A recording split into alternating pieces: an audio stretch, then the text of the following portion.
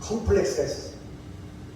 150cm라는 그 키에 항상 주눅이 들어 살고 있었어요.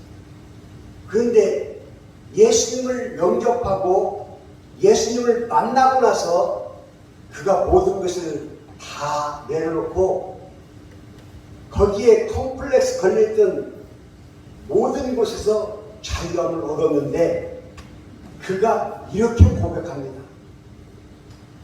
내 키가 북극에 닿을 만큼 클지라도 내 뺨이 바다를 잴 수 있을 만큼 클지라도 외모의 모습이 아니라 내 자신이 내 마음이 중요하다 그렇게 고백합니다. 예수님을 만나고 자 그의 키는 150cm 여러분 150cm만 넘으면 여러분들은 기죽을 것이 없죠. 150cm의 아이작 왈츠도 그 컴플렉스에서 자유함을 얻었는데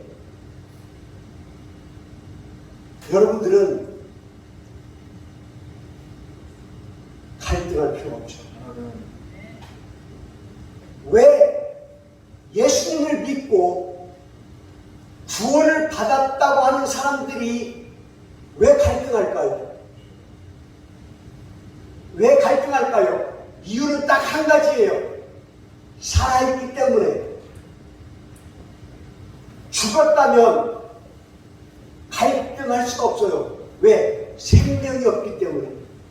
그런데 살아있는데 갈등을 하는 이유가 무엇일까요? 예수님을 만났는데 아직도 갈등할 수밖에 없는 이유가 뭘까요? 우리는 선악과를 먹기 전에 죄를 범하기 전에 하나님의 온전하게 사람을 만들었을 때 모식으로 있었다면 갈등할 일이 아무것도 없어요. 왜냐하면 죄를 모르기 때문에.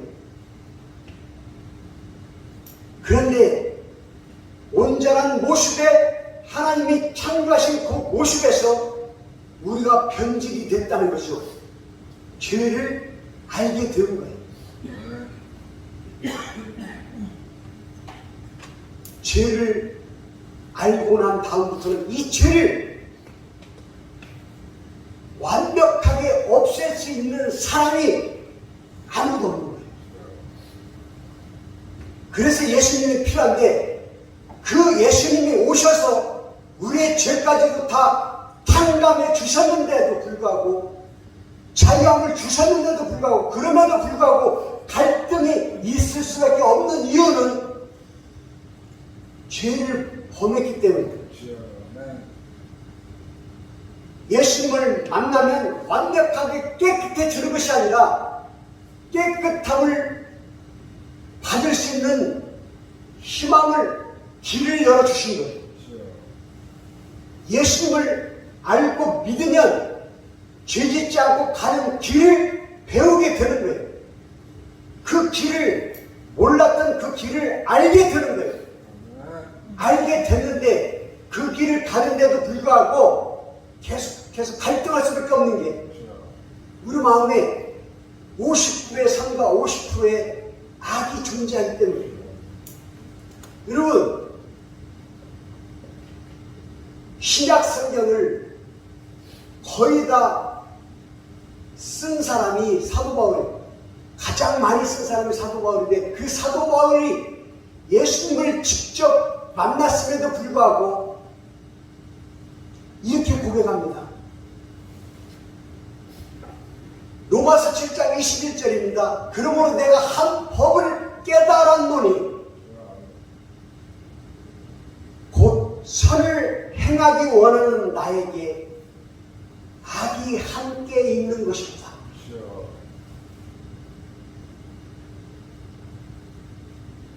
내 속사람으로는 하나님의 법을 즐거워하되 22절 틀림없이 내 속사람으로는 예수님을 만나고서 변화된 내 속사람으로는 하나님의 법을 즐거워하면서 내 마음에 또 다른 법이 내 마음의 법과 싸워서 나를 곤고하게 만드는 거다. 23절 그리고 24절에 이렇게 얘기합니다. 오호라 곤고한 사람이로다. 이 사망의 몸에서 누가 나를 건져내냐? 우리 주 예수 그리스도 이름으로 말미암아 하나님께 감사하노라 그렇게 고백을 해요. 그런데 갈등이 있어요. 예수님을 만나고서도 갈등이 있어요. 선과 악을 구별할 수 있고 예수님이 그 가는 길을 알려주셔서 그 길을 가고 있음에도 불구하고 계속 갈등할 수밖에 없어요. 그때마다 예수 그리스도의 이름을 붙잡고 다시 회복되지 않으면 자꾸만 무너질 수밖에 없어요. 그래서 예수님이 필요하고, 그래서 예수님의 말씀이 필요해요. 말씀은 살아서 역사하신다는 거예요. 왜? 그 말씀이 하나님입니다. 아멘. 그래서 말씀을 자꾸만 암기를 하고, 그래서 자꾸 말씀을 되새겨보고 자꾸만 말씀을 읽게 되는 이유가 읽을 때마다 깨달음이 틀려요. 암기할 때마다 내 마음에 전달되는 메시지 내용이 틀려져요. 그래서 살아서 역사하시는 거예요. 여러분, 저도 책을 읽지만 어떠한 책이라도 2번 이상 읽으면 질려서 볼 수가 없어요. 아니, 볼 수는 있지만 2번 보고 3번 본다고 해서 특별하게 깨달아지는 법이 없어요. 어떤 깨달음이 없는데 하나님의 말씀은요, 수천 번을 봐도 수만 번을 읽어도 읽을 때마다 앞전에 읽을 때와 또 다른 감동이 있고 또 다른 해석이 있어요. 아멘. 너무나 싫어요. 목사님들이 먹고 살 수 있는 이유가 뭔지 알아요? 목사의 존재가 있는 이유가 뭔지 아세요? 오늘 이 본문 말씀 가지고 오늘 설교를 해도 다음 주에 다시 설교하면 또 다른 설교가 나오고 또 하라면 또 다른 설교가 나와요. 정말 기가 막힙니다. 그게 하나님의 말씀입니다. 그런데 선과 악, 빛과 어둠 둘 중에 하나를 택해야 됩니다. 선택을 해야 되는데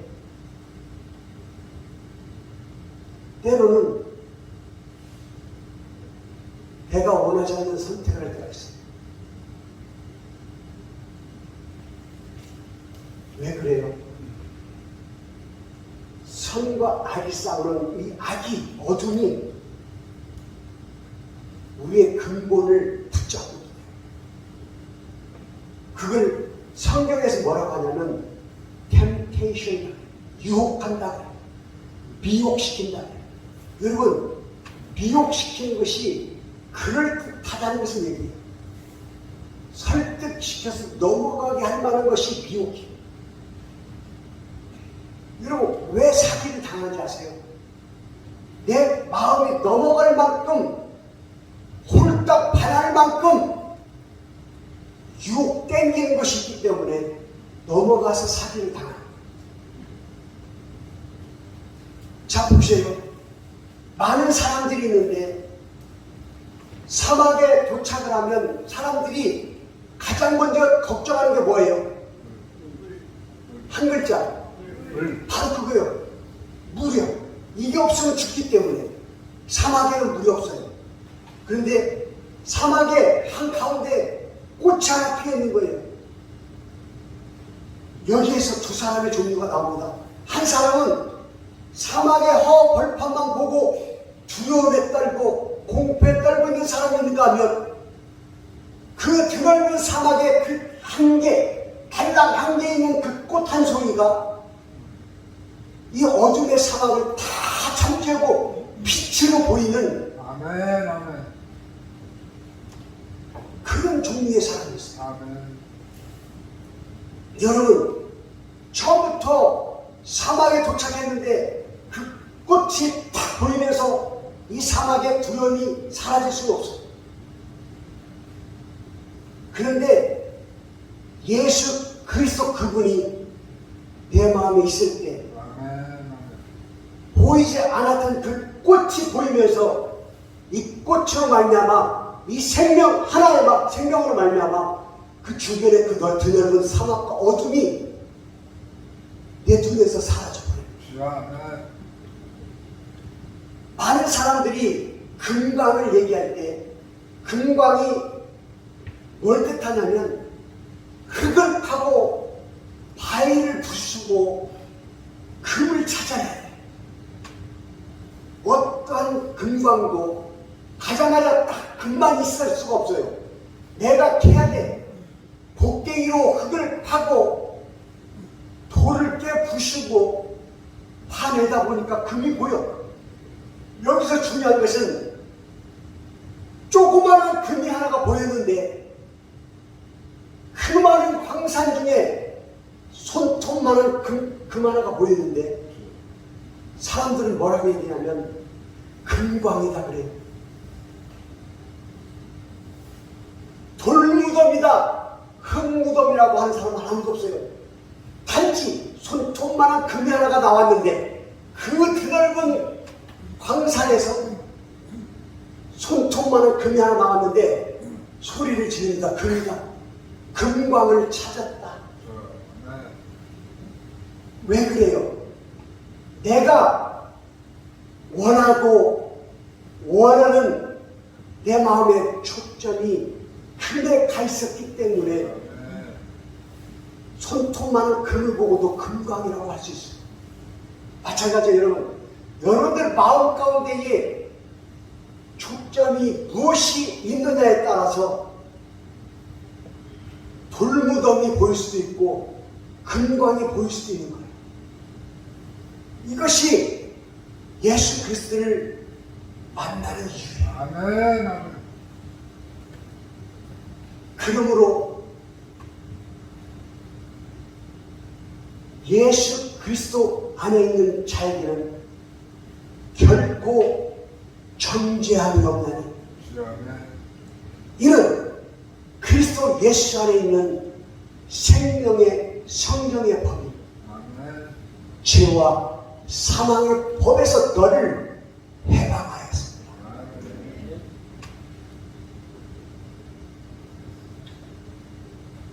그러므로 이제 그리스도 예수 안에 있는 자에게는 결코 정죄함이 없느니 여러분 이 정죄가 굉장한 의미가 있습니다. 이 정죄는 condemnation 이렇게 얘기해요. 죄를 더 이상 심판받지 않는 이 뜻도 있어요. 그런데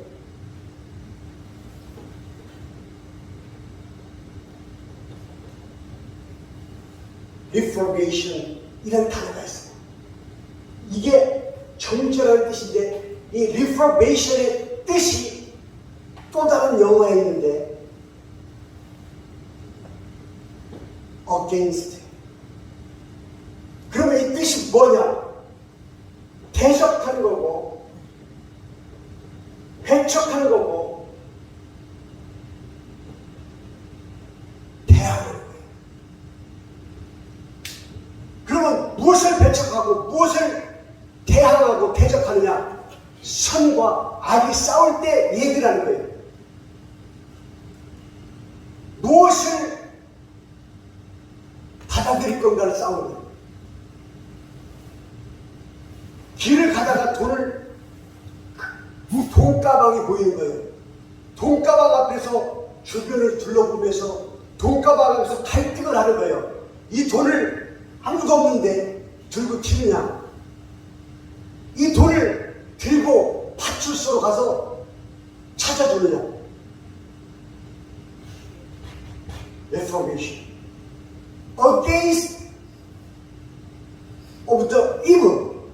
죄와 대적하느냐? of the good. 선과 대적하느냐? 그런데 로마서 8장 1절에 뭐라고 하냐면 그러므로 이제 그래서 예수 안에 있는 자에게는 결코 대적함이 없나니 누구에게? 악에게, 선에게, 결코 선을 대적하지 않는다. 선을 받아들인다. 그렇게 됐을 때 생명의 성령의 법이 갈등하고 있던 죄와 사망의 법에서 너를 해방시켜준다.